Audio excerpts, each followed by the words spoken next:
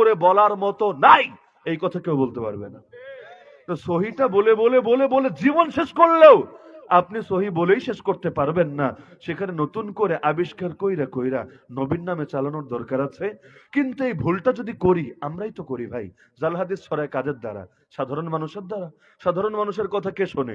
সমাজে যত বেদাত, যত শিরিক, ইসলামের নামে যত ভণ্ডামি, যত ধর্ম ব্যবসা, এগুলো ছড়ায় আমার মতো মানুষকে কেন্দ্র করি। আমরা ভুল বলি আর অন্যরা চুপ থাকে যে জাতি ভাইয়ের বিরুদ্ধে মুখ কিভাবে খুলি। ব্যাস, সমাজের মধ্যে এক একটা শিরিক, এক একটা বেদাত এস্টাবলিশ হয়ে যায়। আর একটা বেদাত কায়েম হওয়া মানে একটা সুন্নাত মরে যাওয়া, একটা শিরিক প্রতিষ্ঠিত হওয়া মানে ইমানের একটা করে ভিত্তি ধসে পড়া। এ কারণে আলেমদেরকে তাদের জাতি ভাইদের বিপক্ষেও কখনো কখনো মুখ খুলতে হয়। লোকে বলে এটা কি গীবত? আর এটাকে যদি গীবত বলো, তাব্বাত ইয়াদা আবি লাহাবি ওয়া তাব, দুদিন পর এটারেও মনে হবে গীবত। আবু লাহাবের নাম নিয়ে নিন্দা করে কেন? আরে নাম নিয়ে নিন্দা না করলে তার চেহারা উন্মোচিত করবে কিভাবে? একইভাবে ইসলামের মধ্যে দল হবে ৭৩টা। নবী বলেছেন এর মধ্যে জাহান্নামী হবে ৭২টা, জান্নাতি হবে একটা। তো ইসলামের দল এত হবে যারা আল্লাহকে রব বলবে, মুহাম্মদ সাল্লাল্লাহু আলাইহি সাল্লামকে নবী এবং রাসূল বলবে, কাবাকে কিবলা বলবে, কোরআনকে ধর্মগ্রন্থ বলবে, তারপরও জাহান্নামী হবে। এদেরকে যদি নাই চেনানো হয় জাতির সামনে, মানুষ জাহান্নাম থেকে কিভাবে বাঁচবে? শুধু এমন না রব্বুন আল্লাহ বললেই জান্নাতি, শুধু এমন না রাসূলুনা মুহাম্মদ সাল্লাল্লাহু আলাইহি সাল্লাম বললেই জান্নাতি। কারণ নবী বলেছেন তার উম্মত ৭৩ দল হয়ে ৭২টাই জাহান্নামে যাবে। কুল্লুহুম ফিন নার ইল্লা মিল্লাতান ওয়াহিদা। কিলা ওমান হিয়া রাসূলুল্লাহ? ক্বালা মা আনা আলাইহি ওয়া আসহাবি। কারা যাবে জান্নাতে? যারা নবী আর তার সাহাবীদের আদর্শকে ধারণ করে রাখবে। তো কারা মূল আদর্শ ধারণ করে আছে আর কারা নিত্য নতুন ব্যাখ্যা এনে ইসলামের রূপকে চেঞ্জ করেছে, এটাকে সাধারণ লোকে বুঝবে না হুজুররা বুঝবে? আরে বলেন না, কারা বুঝবে? তো বোঝার পরে যদি পেটের মধ্যে চাইপা রাখে, তাহলে জাতির সামনে হক কি স্পষ্ট হবে? আরে হবে। মুক্ত খুলতে হবে, সচেতন তো করতে হবে, তখনই না জাতির সামনে হক প্রকাশিত হবে। তো বলছিলাম সেই শুরুর কথা যে নবী, দুনিয়ার বুকে যত নবী এসেছেন তারাও পরীক্ষা দিয়েছেন, আমরা যারা এসেছি আমরাও পরীক্ষা দিচ্ছি। তবে পরীক্ষা সবার এক না, যার ইমানের লেভেল যত বেশি তার পরীক্ষা তত বেশি। আমার নবীকে অন্য নবীদের সমান না, সব নবীর চাইতে সেরা। এ কারণে আমার নবী নিজের ব্যাপারে বলেন, উযীতু ফিল্লাহি মা লাম ইউযা আহাদ ওয়া লাকাদ উখিফতু ফিল্লাহি মা লাম ইউখাফ আহাদ। আল্লাহর পথে আমাকে এত বেশি কষ্ট দেওয়া হয়েছে যত বেশি কষ্ট কোনোদিনও কোনো মানুষকে দেওয়া হয় নাই। আল্লাহর পথে আমাকে এত বেশি ভয় ভীতি দেখানো হয়েছে যত বেশি ভয় ভীতি কোনোদিনও কোনো মানুষকে দেখানো হয় নাই। ভাবতে পারেন দাউদকান্দির মুসলমান ক্ষুধার জ্বালায় জীবনে কখনো পেটে পাথর বাঁধার যন্ত্রণা কি বুঝতে পারবেন? ক্ষুধা বহুত পেয়েছে আমাদের, কি পরিমাণ ক্ষুধা লাগলে এতটা শরীর অক্ষম আর অচল হয়ে যায়, গামছা বাঁধলেও কাজ হয় না, পাথর পাথর বাঁধতে হয়। এই সাইজের পাথর বাঁধলে তো আর ক্ষুধার কিছু হবে না, বড় সাইজের পাথর বাঁধতে হবে। আরে পাথর বাঁধলে তো কষ্ট আরো বাড়বে, এমনটাই তো মনে হয় স্বাভাবিক সেন্সে। তো কি পরিমাণ কষ্ট হলে শুধু কোমরটাকে সোজা রাখার জন্য পেটে পাথর বাঁধতে হয়।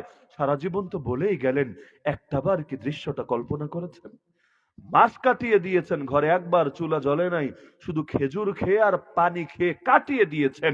আর ২-৪ দিন প্রতিবেশীর ঘর থেকে দুধ হাদিয়ে এসেছে, বেশি না একটা সপ্তাহ। দেখেন তো এভাবে পানি নাই কার ঘরে? সবার ঘরে আছে। খেজুর পাওয়া যায় প্রত্যেক বাজারে বাজারে, খেজুর কিনে আনেন, পানি খান। আরে কাটান না, ৭টা দিন কাটায় দেখেন না ক্ষুধার জ্বালা কতটা ভয়াবহ, কতটা যন্ত্রণাদায়ক হয়। এমনি তো বলেন নাই আমাকে এত কষ্ট দেওয়া হয়েছে যত কষ্ট কোনোদিনও কোনো মানুষকে দেওয়া হয়। তো ফলাফল এমন মাকাম তিনি পেয়েছেন যেই মাকামও কোনোদিন কোনো মানুষ পায় নাই, পাওয়া সম্ভব না। পরীক্ষা দিলে না ভাই দাম বাড়বে। আপনি ইন্টারমিডিয়েট দেন নাই, তো আপনি এইচএসসি সার্টিফিকেট কোত্থেকে পাবেন? অনার্স মাস্টার্স ভার্সিটিতে অ্যাডমিশন নেন নাই, অনার্স মাস্টার্সের আপনি সার্টিফিকেট কোত্থেকে পাবেন? না পেলে আপনাকে ওই লেভেলের চাকরি কে দিবে? আপনাকে প্রশাসনিক ক্যাডার কে বানাবে? পরীক্ষা দিলে পাশ করলে তখনই না দাম বাড়বে। তো পরীক্ষায় না পড়া এটা কোনো বুজুর্গের কথা না। আমি এমন, আমার কোনো দুশ্মন নাই, আমি এমন, আমাকে কেউ খারাপ চোখে দেখে না, কেউ আমার উপর আক্রোশ রাখে না। আর এটাই যদি গর্বের কথা হতো, সর্বযুগের সর্বশ্রেষ্ঠ মহামানবের নাম কি? মুহাম্মাদুর রাসূলুল্লাহ সাল্লাল্লাহু আলাইহি ওয়াসাল্লাম যার চাইতে উত্তম চরিত্র কেউ কোনোদিন বানাতে পারবে না। যার চরিত্রে সার্টিফিকেট দিয়েছে কে জানেন? কোন চেয়ারম্যান না, কোন মেম্বার না, কোন কমিশনার কাউন্সিলর না। যার চরিত্রে সার্টিফিকেট দিয়েছেন মহান আল্লাহ। চেয়ারম্যান 2 নম্বরই করতে পারে, কমিশনার কাউন্সিলর 2 নম্বরই করতে পারে, আল্লাহর থেকে কখনো 2 নম্বরই সম্ভবই না। তিনি বলেছেন ওয়া ইন্নাকা লাআলা খুলুকিন আযীম। আরে ইয়া রাসূলুল্লাহ, আপনি সুমহান চরিত্রের অধিকারী। নবী নিজের ব্যাপারে বলেন বুইসতু লিউতাম্মিমা মাকারিমাল আখলাক। আরে উত্তম চরিত্রের পূর্ণতা দেওয়ার জন্যই রব আমাকে নবী হিসেবে পাঠিয়েছেন। তো এত উত্তম চরিত্র হওয়ার পরও তার যুগের অধিকাংশ মানুষ তার পক্ষে ছিল না বিপক্ষে ছিল। ইতিহাস তো জানেন সকলে, আমার তো নতুন করে বলার কিছু নাই, কোরআনেই পাবেন এই কথা। ওয়াকাযালিকা জাআলনা লিকুল্লি নাবিয়্যিন আদুওয়াম মিনাল মুজরিমিন। আল্লাহ বলেন এভাবেই সব নবীর জন্য শত্রু আমি বানিয়েছি। আমি বন্ধু বানান যিনি, শত্রুও বানান তিনি। যার আদেশ ছাড়া গাছের পাতাই নড়ে না, তার আদেশ ছাড়া জয় পরাজয় আর বন্ধুত্ব শত্রুতা হবে কিভাবে? বলবেন বন্ধু বানান বুঝলাম হাতকে শক্তিশালী করার জন্য, শত্রু বানান কিসের জন্য? আরে শত্রু বানান জান্নাতে মাকাম বৃদ্ধি করার জন্য। নবীরাই যদি পরীক্ষা দেন তাহলে আমাদের উপর পরীক্ষা আসবে নাকি আসবে না? কিয়ামত যত ঘনিয়ে আসবে পরীক্ষার মাত্রা তত বাড়তে থাকবে, বাড়তে বাড়তে বাড়তে নবী বলেন এক পর্যায়ে এমন হবে গোটা দুনিয়ার মানুষ 2 তাঁবুতে ভাগ হয়ে যাবে। এক তাঁবুতে থাকবে শুধু মুমিনরা, যাদের মধ্যে কোনো মুনাফিকই থাকবে না। কারণ এত পরীক্ষা আসবে তাদের উপর, মুনাফিকগুলো টিকতেই পারবে না, ঝরে যাবে। আর এক তাঁবুতে থাকবে শুধু মুনাফিকরা, যাদের মধ্যে ঈমানের লেশ মাত্র বাকি থাকবে না। মুনাফিকরা নিজেদের চেহারাও আর হাইড রাখতে পারবে না। হাত্তা ইয়াসিরা আন-নাসু ইলা ফুসতাতাইন, ফুসতাতি ঈমানিন লা নিফাকা ফি ওয়া ফুসতাতি নিফাকিন লা ঈমানা ফি। এখন দেখেন কিয়ামত যত ঘনিয়ে আসছে মুসিবত কমছে না বাড়ছে? বাড়ছে না? এই যে যেই মাত্রার ভূমিকম্প আজকে বাংলাদেশে হয়ে গেল, পৃথিবীর বহু শহর তছনছ হয়ে গেছে এই মাত্রার ভূমিকম্পে। এই দেশের উপর আল্লাহর বড় দয়া, বড় মায়া। ধাক্কা আসে অনেক বড় বড়, কিন্তু আলহামদুলিল্লাহ সেই তুলনায় ক্ষতি যা হয় এটা উল্লেখ করার মতোই না। এক করোনা এসে আমেরিকার এমন ধাক্কা দিয়েছে, আমরা তো তখন জেলে পত্রপত্রিকায় দেখতাম আর রেডিওতে মাঝে মধ্যে শুনতাম। এমন দিনও গিয়েছে 5,000 5,500 মানুষ একদিনে ডেড হয়েছে, একদিনে। ভাবতে পারেন? অথচ তাদের চাইতে কত বেশি ঘনবসতি আমাদের। আরে সামাজিক দূরত্বের কথা যদি বলেন, ওই মসজিদে, মার্কেটে আর বাসে আর বিমানে এরকম কিছু জায়গায় সব সামাজিক দূরত্ব চলেছে। বাকি জায়গায় সামাজিক দূরের কথা, শারীরিক দূরত্ব কেউ মেনটেন করে নাই। এক এক বস্তির মধ্যে এক রুমেই থাকে যায় 20 জন। আরে সামাজিক আর শারীরিক রাহো তোমার সবক।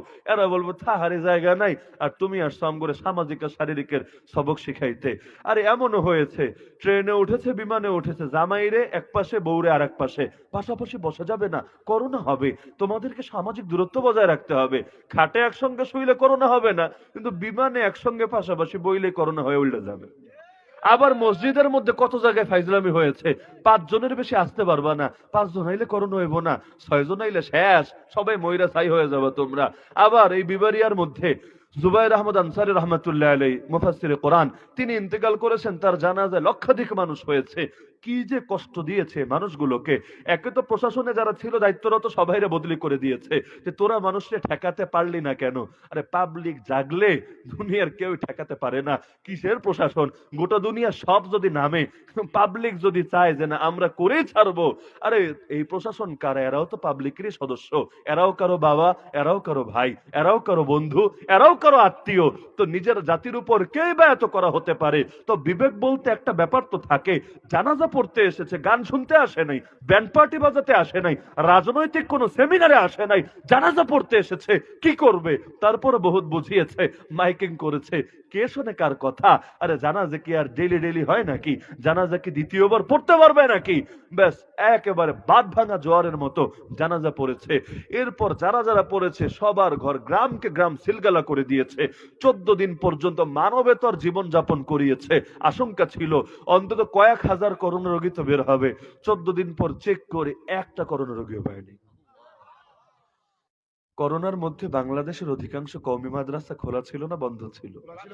জানেন তো আপনার, এটা তো কোনো গোপন বিষয় না, ওপেন সিক্রেট, সবাই জানেন এটা। লিখিত ভাবে না, তবে অলিখিত ভাবে অধিকাংশ কওমি মাদ্রাসা বন্ধ ছিল, খোলা ছিল যখন প্রায় সকল স্কুল বন্ধ ছিল। কওমি মাদ্রাসার মোটামুটি 10-20 হাজার তো মরে গেছে নাকি? এমন একজন দুইজন পাওয়া যাবে কিনা পুরো বিভাগ খুঁজে যে কওমের ছাত্র এই মাদ্রাসায় থেকে থেকে করোনায় আক্রান্ত হয়ে এখানে মরে শেষ হয়েছে। আমরাও তো মাদ্রাসায় থাকি দিন রাত। আরে রাখেন না মাদ্রাসা, জেলখানার কথা কি বলবেন? সামাজিক দূরত্বের সবক বাইরে না দিবেন জেলখানায়? আমরা তো ফুল করোনার টাইমটা কাটিয়েছি কিসের সামাজিক আর শারীরিক রে ভাই। এমনি শুইলে কাইত হয়ে শুইলে শীত হওয়ার কোনো জায়গাটা নাই। কি এর দূরত্ব রক্ষা করবেন? আজকে একটারে বাইর করে কালকে আর একটারে ঢুকায়। আর বন্দি তো বন্দি, কিন্তু ওই কারারক্ষী যেগুলো জেল গার্ড, সকালে আসে এক গ্রুপ, বিকালে আসে এক গ্রুপ, এগুলো তো বাইরে থেকে জীবাণু নিয়ে আসতে পারে। তো চোখের সামনে দেখা যাচ্ছে করোনার সব সিমটম আছে, কিন্তু জেলে চিকিৎসা নাই, ভ্যাকসিনও দেয় নাই প্রথম দিকে। যখন পুরো দেশ দেওয়া শেষ, এরপর জেলে দেওয়া শুরু করেছে। অনেকের আগেই ভ্যাকসিন নেয় নাই, বাট যখন দরকার ছিল খবর নাই, যখন করোনায় পালাইছে এখন আইসস ভ্যাকসিন দিতে, লাগবো না তোর ভ্যাকসিন। তো এখন চোখের সামনে একজনকে দেখছেন তিনি কষ্ট করছেন, চাইলে ফেলে দিতে পারবেন নাকি? আরে আপনারই ভাই, আপনারই মুমিন ভাই, কিভাবে তাকে অ্যাভয়েড করবেন?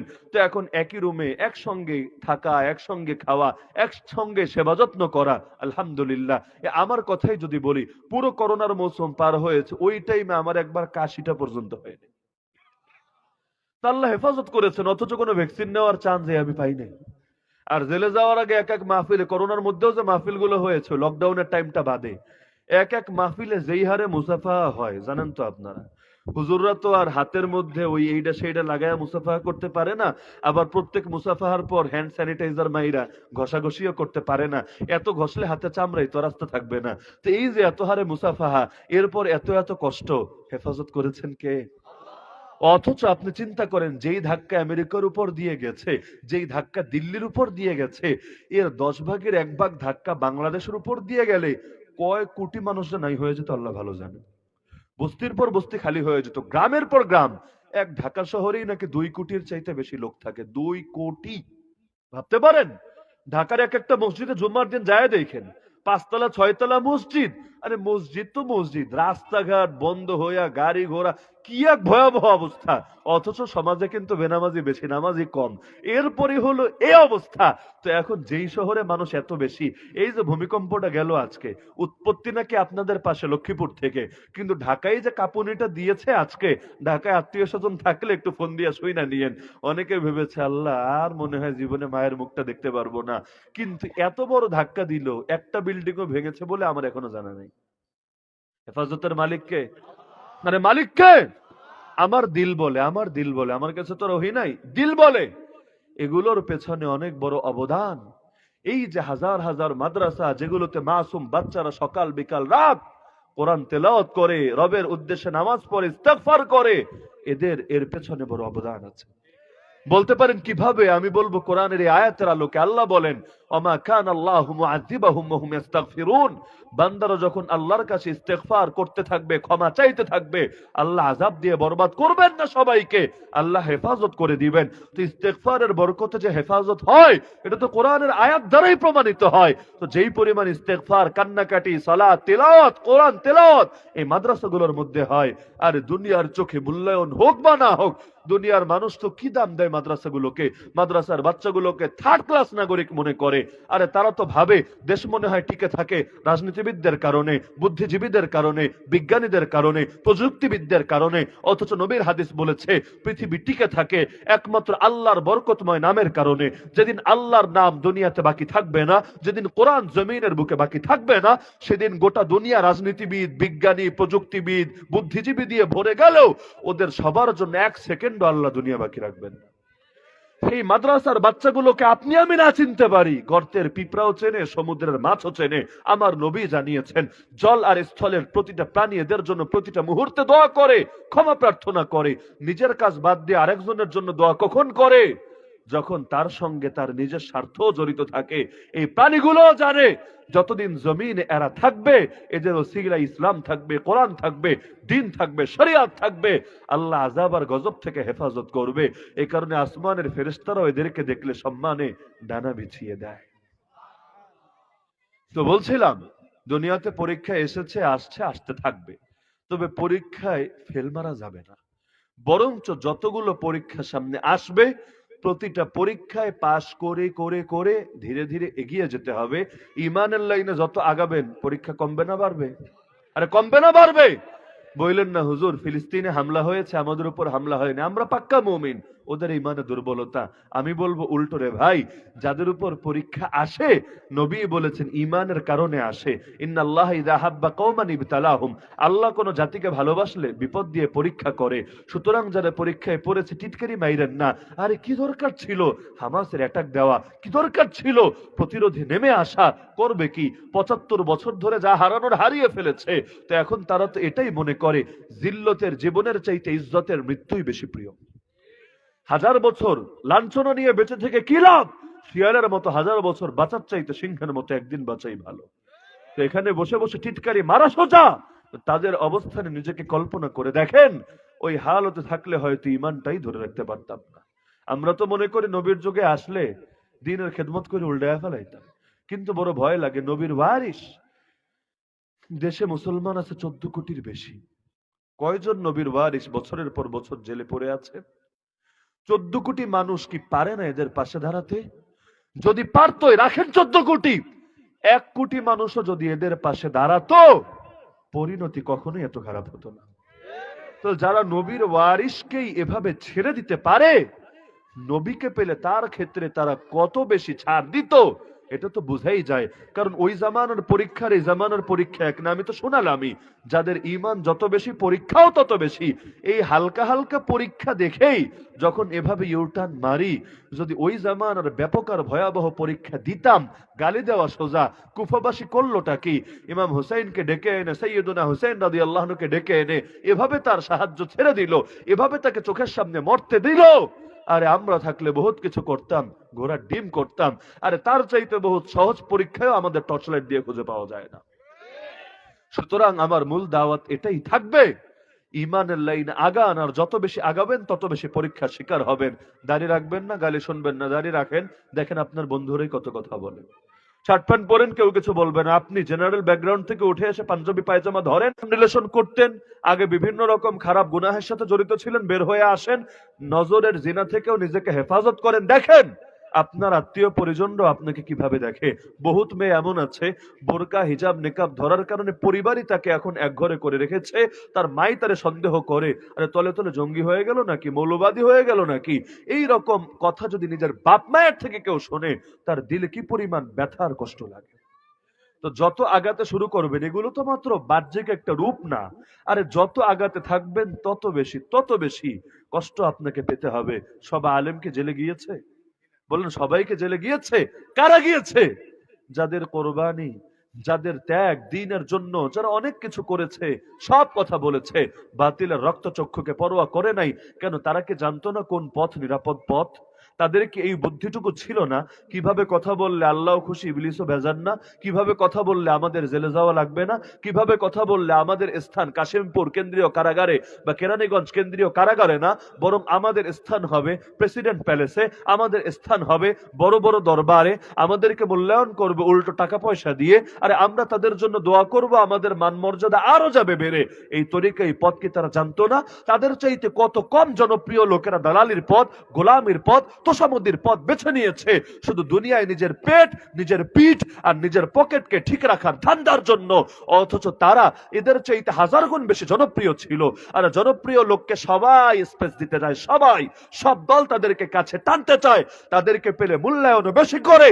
চাইলে দুনিয়াকে কামিয়ে নিতে পারতো, চাইলে পকেট, পেট আর পিঠ নিয়ে ধান্দা করতে পারতো।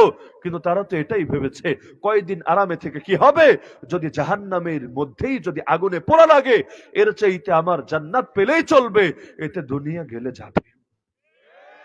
এ সমস্ত কারণে দ্বীনের লাইনে পিছায়েন না। ইমাম আবু হানিফার অনুসারী তো বেশি। ইমাম আবু হানিফার মৃত্যু হয়েছে কোথায় জানেন না? কোথায়? জেলখানায়। কিভাবে? তাও স্বাভাবিক ভাবে না, খাবারের সঙ্গে বিষ মিশিয়ে। ভাবতে পারেন? যে ইমামের অনুসারী সেই ইমামের লাশ বের হয়েছে জেলখানা থেকে। তো এত সহজ ভাইবেন না। ইসলামের পথ কখনোই কাটামুক্ত ছিল না, কখনো কাটামুক্ত হবেও না। এজন্য ওই যে কথা আছে না, কারো কালিমা তারে ফাঁসিতে ঝোলায়, কারো কালিমা তার রুটি রুজি যোগায়। কাদিয়ানিও এই কালেমাই পড়ে, হিজবুত তাওহীদও এই কালেমাই পড়ে, যারা কোরআন মানে হাদিস মানে না আহলে কোরআন এই কালেমাই পড়ে। তো সব ভণ্ডরাও একই কালেমা পড়ে, এরপরও তারা জাহান্নামী হয়। আবার এই কালেমা পড়ার কারণে কাউকে যুগের বেলাল, যুগের সুমাইয়ায় পরিণত হতে হয়। সুতরাং কোরবানি দেওয়ার জন্য প্রস্তুত থাকেন। যত বড় পরীক্ষা আসুক মনোবল হারাবেন না, বরঞ্চ প্রতিটা পরীক্ষা